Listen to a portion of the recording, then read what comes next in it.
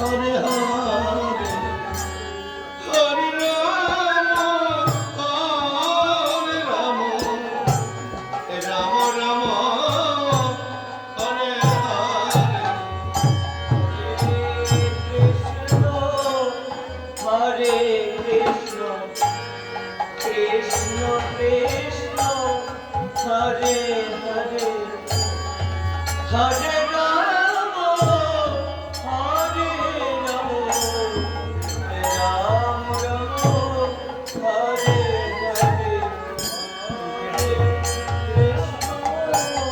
হরে কৃষ্ণ কৃষ্ণ কৃষ্ণ হরে হরে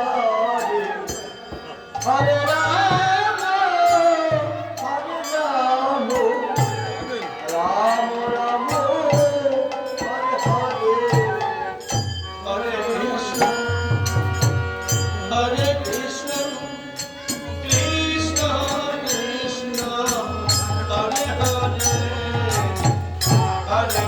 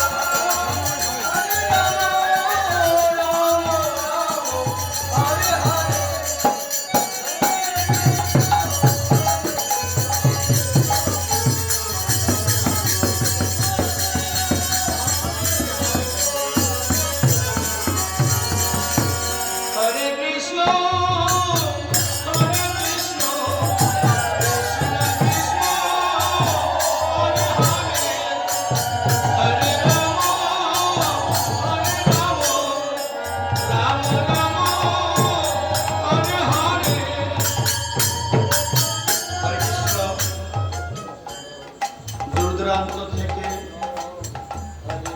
দাঁড়িয়েছি আপনাদের শ্রীচরণের পাশে, একটু চরণধুলি পাওয়ার আসে। তাই সবে মিলে কৃপা করবেন যেন আসিতে পারি বারে বারে আপনাদের শ্রীচরণের কাছে। আমি প্রতিটি প্যান্ডেলে সবার কাছে আমি জোর করে অনুরোধ করি, বর্তমানে আমাদের সনাতন ধর্মটাকে টিকিয়ে রাখতে হলে আমাদের সনাতন ধর্মের যত প্রকার অনুষ্ঠান আছে সবাই চালিয়ে যাবেন, হয়তো কম পরিসরে অথবা বড় পরিসরে। আপনি ভাববেন আজকে যদি বাদ দেন আপনি আগামী দিন দেখবেন করতে পারবেন না, এমনি বাধা এসে যাবে, বলবে গত বছর করোনায়, তাহলে এবছর কি দরকার, বাদ দাও। একবার যদি বাদের খাতায় পড়ে যান তাহলে সেই ভগবানের শ্রীচরণ আর ভাগ্যে হবে না। তাই সবার কাছে আমি অনুরোধ করি, কেউ ধর্ম অনুষ্ঠান বন্ধ করবেন না। দেখুন, একটি দিন একটি মাস, একটি বছর অক্লান্ত পরিশ্রম করে আপনাদের বাড়ি বাড়ি ধারে ধারে গিয়ে ভিক্ষা করে যাহারা এই নববৃন্দাবন তৈরি করেছেন, আপনারা মনে রাখবেন তারা কিন্তু সাধারণ মানুষ নয়। যদি সাধারণ মানুষ হইতো তাহলে আপনাদের মতো এরকম সাধুগুলো চরণ ধরে পেত না, আর এরকম নববৃন্দাবন তৈরি হতো না। যেখানে ভগবান যদি বিরাজ না করে তাহলে সেখানে এইরকম নববৃন্দাবন ফিরে হয়। দেখুন, আপনি তার আত্মীয় স্বজন না, বান্ধব না, বন্ধু না, কোথাও থেকে একটু নামের গুণে এই নববৃন্দাবনে আপনাদের মতো সাধুগুরুর চরণধুলি পেয়েছে, এটাই তাদের ধন্য। এবং তাদেরকে প্রাণ খুলে আশীর্বাদ করবেন, বছরের পর বছর, যুগের পর যুগ এরকম যেন একটি নববৃন্দাবন তৈরি করতে পারে, আর আপনাদের মতো সাধুগুরুর চরণধুলি পেতে পারে।